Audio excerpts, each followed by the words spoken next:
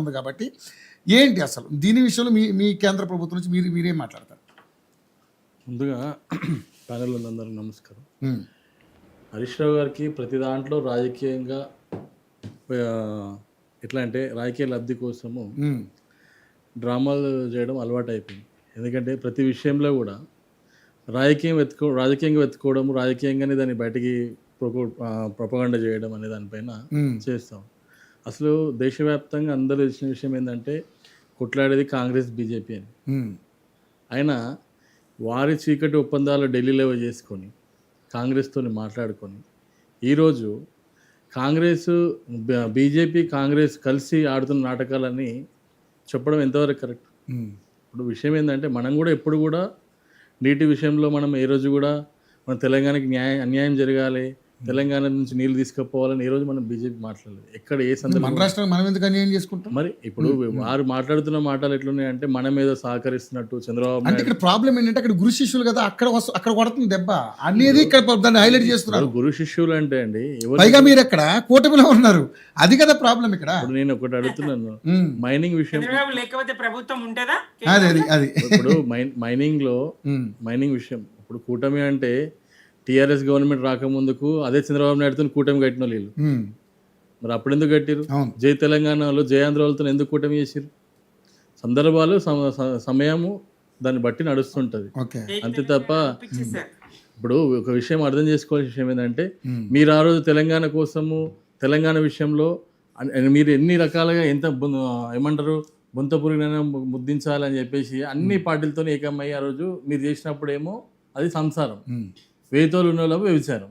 ఎందుకంటే మనం అర్థం చేసుకోవాల్సిన విషయం ఏంటంటే మీరు ఏ రోజు కూడా ఆంధ్ర వాళ్ళతో జతగట్టకుండా మీరు చేసిండ్రా?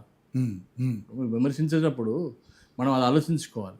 నీకు ఓట్లు వస్తున్నప్పుడేమో కుక్కటిపల్లి, జిహెచ్ఎంసీ ఇలాంటి ఎలక్షన్లు వచ్చినప్పుడేమో ఆంధ్ర వాళ్ళతో స్వచ్ఛందంగా మాట్లాడుతూ ఉంటారు. ఉమ్. ఇవన్నీ అయిపోయిన తర్వాత సెటిలర్స్ కాలంలో ముళ్ళు గుచ్చుకుంటే మేము పట్టుతో తీస్తాం అంటారు. తర్వాత ఎలక్షన్లు అయిపోయిన తర్వాత వాళ్ళ మీద విరుచుకోపాడు. ఇప్పుడు మన ఎన్టీఆర్ విగ్రహం విషయంలో రచ్చ. అంత రచ్చ చేయాల్సిన అవసరం ఏముంది? ఉమ్, అంటే మనం అర్థం చేసుకోవాల్సిన విషయం ఏంటంటే ఎంతసేపు ప్రధాని రాజకీయంగా వెతికి దాని రాజకీయంగా వృద్ధి ఇతర పార్టీలు మీరు నెట్టేస్తే అయిపోతుందని నేను హరీష్ రావు గారిని అడుగుతున్నా. ఉమ్, మైనింగ్ విషయంలో కానీ 10 ఏళ్లలో మీరు ఉన్నారు, మైనింగ్ విషయంలో కానీ మరి పేలుడు పదార్థాల విషయంలో కానీ వీటన్నిటి మీద వచ్చిన ఆరోపణల మీద మీరు ఎందుకు నోరు తెరుస్తలేరు? ఉమ్, హరీష్ రావు గారు ఎందుకు నోరు తెరుస్తలేరు? వాటి మీద ఎందుకు మాట్లాడారు? మనం అది ఆలోచించాలి. ఇక్కడ ఎప్పుడు కూడా తెలంగాణ విషయంలో భారతీయ జనతా పార్టీ ఏ విధంగా కట్టుబడి ఉండాలో ఆ విధంగా కట్టుబడి ఉంది. రేవంత్ రెడ్డి గారు ఈరోజు పూర్తిగా డైవర్షన్ పాలిటిక్స్ చేస్తూ ఉన్నారు. ఉమ్, మనం అర్థం చేసుకోవాల్సిన విషయం ఏంటంటే ఈ మధ్యకాలంలో భారతీయ జనతా పార్టీ ప్రజా సమస్యలపైన పోరాటం ప్రారంభించింది. మొన్న రైతుల విషయంలో మొత్తం తెలంగాణలో ఉన్నటువంటి బీజేపీ వాళ్ళందరూ కూడా ఒక్కటగా అయి మొత్తం రైతు సమస్యల మీద పోరాడడానికి దాదాపు 10 రోజులు వాటి మీద ప్రతి జిల్లా తిరగడము, ప్రతి ప్రొక్యూర్మెంట్ ఏరియా దగ్గరికి ఎంఎస్పీ దగ్గరికి అలా వెళ్ళి మాట్లాడడము చేయడం జరిగింది. ఉమ్, సో దాంట్లో వాళ్ళు భయపడి ఈరోజు అటు కాంగ్రెస్ వాళ్ళే కానీ ఇటు బీజేపీ వాళ్ళే బీఆర్ఎస్ వాళ్ళే కానీ ఇద్దరు కలిసి బీజేపీని మీద నెపం వేయడానికి ప్రయత్నం చేస్తూ ఉన్నాను. ఎంతసేపు వాటిని నిందించడం ప్రయత్నం చేస్తూ ఉన్నాను. ఉమ్, నేను ఒకటి అడుగుతా ఉన్నాను, ఈరోజు రాష్ట్ర వ్యాప్తంగా మనకు జరిగినటువంటి ప్రొక్యూర్మెంట్లో ఉమ్, 104.4 లక్షల మెట్రిక్స్ ఇప్పుడు ఈరోజు ఎల్ఎంటీ టన్స్ 104.4 లక్షల మెట్రిక్ టన్స్ మొత్తం దేశవ్యాప్తంగా ఉంటే 52 లక్షల మెట్రిక్ టన్స్ మనం తెలంగాణ నుంచి ప్రొక్యూర్ చేసాం ఈ రోజు వరకు. ఓకే. రైసు ఈ రోజు వరకు. ఓకే. ఓకే. ఉమ్, ఉమ్, ఇప్పుడు రేవంత్ రెడ్డి ఏమంటాడు, ఇంకా మీరు వచ్చి కొనండి, లేకపోతే ధాన్యాలు ఇచ్చి మీ ఇంటి ముంగడ వస్తాం, ఉమ్, బీజేపీ వాళ్ళ ఇంటి ముంగడ వస్తాం అంటే అది ఎంతవరకు కరెక్ట్? ఉమ్, అంటే మనం అర్థం చేసుకోవాల్సిన విషయం ఏంటంటే ఎక్కడ వారికి సోయి లేక వారికి ఆలోచన లేక ఉమ్. ఈ రోజు ఏం చేస్తా ఉన్నారంటే ఎంతసేపటికి దీన్ని ఎట్లా డైవర్షన్ చేయాలి, ఏ విధంగా డైవర్షన్ చేయాలి. గతంలో కంటే కూడా ఎక్కువ ప్రొక్యూర్మెంట్ చేశారు కదా వీళ్ళు ఆల్రెడీ గవర్నమెంట్. నేను అదే చెప్తున్నాండి, ఈ రోజు మొత్తం దేశవ్యాప్తంగా ఉన్న దాంట్లో 60% తెలంగాణ నుంచే ప్రొక్యూర్ చేసాం. ఉమ్, ఓకే. ఇది నేను చెప్తుంది కాదు, మీరు ఇప్పుడు వెళ్ళి మన ఫుడ్ కార్పొరేషన్ పోర్టల్లో చెక్ చేస్తే ఇప్పటికిప్పుడు కనిపించే ఏంటంటే లేటెస్ట్ 7th జూన్ 2026కి అప్డేట్ అయింది చెప్తున్నాను. దాంట్లో దాదాపు వరి ధాన్యం పైన ఎంఎస్పి 21,000 కోట్లు మనము చేస్తే తెలంగాణకి 13,170 కోట్లు మనం చేయడం జరిగింది. అదేవిధంగా ఎంఎస్పి కింద రైతుల సంఖ్య 11 లక్షల చిల్లరుంటే 7,70,000 సంఖ్యను మనం తెలంగాణ రైతుల నుంచి తీసుకోవడం జరిగింది. రైట్. అంటే 60% ఆఫ్ ద ప్రొక్యూర్మెంట్ తెలంగాణ నుంచే జరిగింది ఈరోజు. అంటే ఏం చెప్పదలుచుకున్నా అంటే రేవంత్ రెడ్డి గారు జస్ట్ బట్టగాల్సి మీదేసే ప్రయత్నం. ఇప్పటిదాకా అక్క చెప్తున్నట్టు మన హిట్లర్ అనే విషయము, అవును, ఆయన ఏ విధంగా హిట్లర్ అనేది సంబోధించుకుంటారో ఒకసారి ఆలోచించుకోవాలి. మనము ఈరోజు రేవంత్ రెడ్డి గారు అంటే ప్రజాస్వామ్యంగా ఈరోజు నడపాలనుకుంటున్నాడా, ప్రజా వ్యతిరేకంగా నడపాలనుకుంటున్నాడా? అంటే ఓకే సరే, రైస్ విషయంలో మనం మాట్లాడదాం, కానీ అసలు జల వివాదం విషయంలో ఏంటి మీ స్టాండ్ ఏంటంటున్నా? ఎందుకంటే దాని మీద కదా ఇప్పుడు రచన నడుస్తుంది. ఒకటండి, మన జల విషయంలో 100% తెలంగాణలో ఉన్నదానిపైన మనం ఏ విధంగా చంద్రబాబుతో జత కడతామండి? ఇప్పుడు మనకు తెలంగాణ విషయానికి వచ్చినప్పుడు తెలంగాణ మీద స్టాండ్ అయి ఉంటాం. తెలంగాణ విషయంలో ఎన్ని టీఎంసీలు దోచుకుపోతున్నారు అనేది క్లారిటీగా చెప్తున్నారు కదా. అవును, ఇప్పుడు రాష్ట్ర ప్రభుత్వం ఎవరు ఇక్కడ? కాంగ్రెసే కదా. కాంగ్రెస్ మీద మీరు అది చేయకుండా చంద్రబాబు నాయుడుకు ఉన్నటువంటి దాన్ని, కాంగ్రెస్కు ఉన్నటువంటి దాన్ని తీసుకొచ్చి ఏదో మా మీద నెట్టే ప్రయత్నం చేస్తూ ఉన్నారు. ఇప్పుడు చంద్రబాబు నాయుడు సంబంధం ఉందని చెప్పి మీరు ఏ విధంగా చెప్పగలుగుతారు?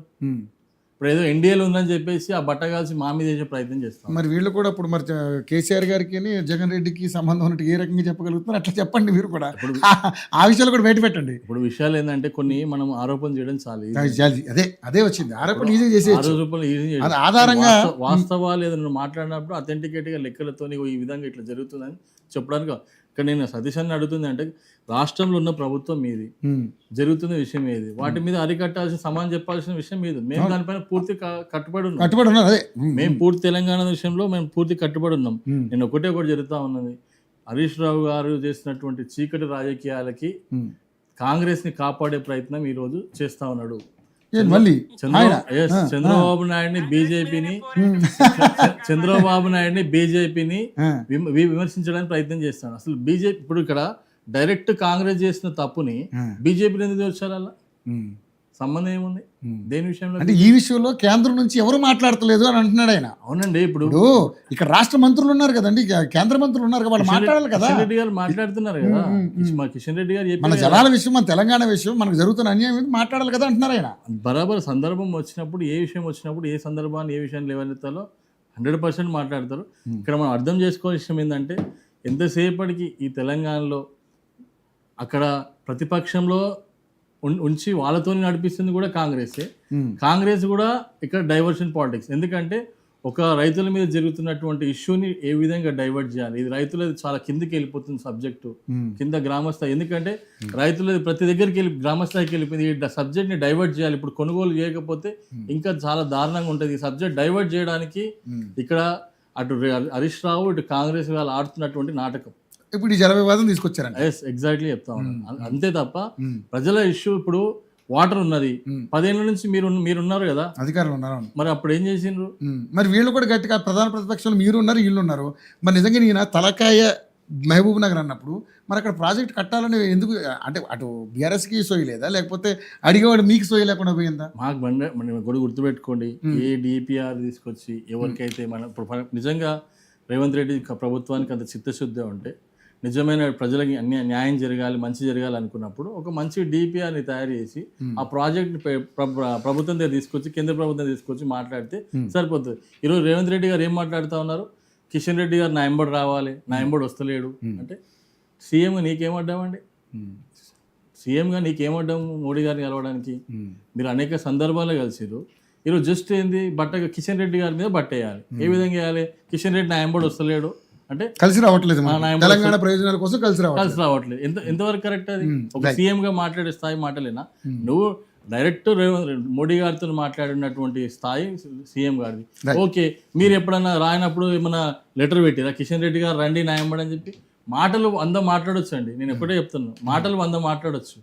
కానీ మీరు ఒక సిస్టమేటిక్గా ఒక దానిపైన ఎందుకు కట్టుబడి ఉండట్లేదు?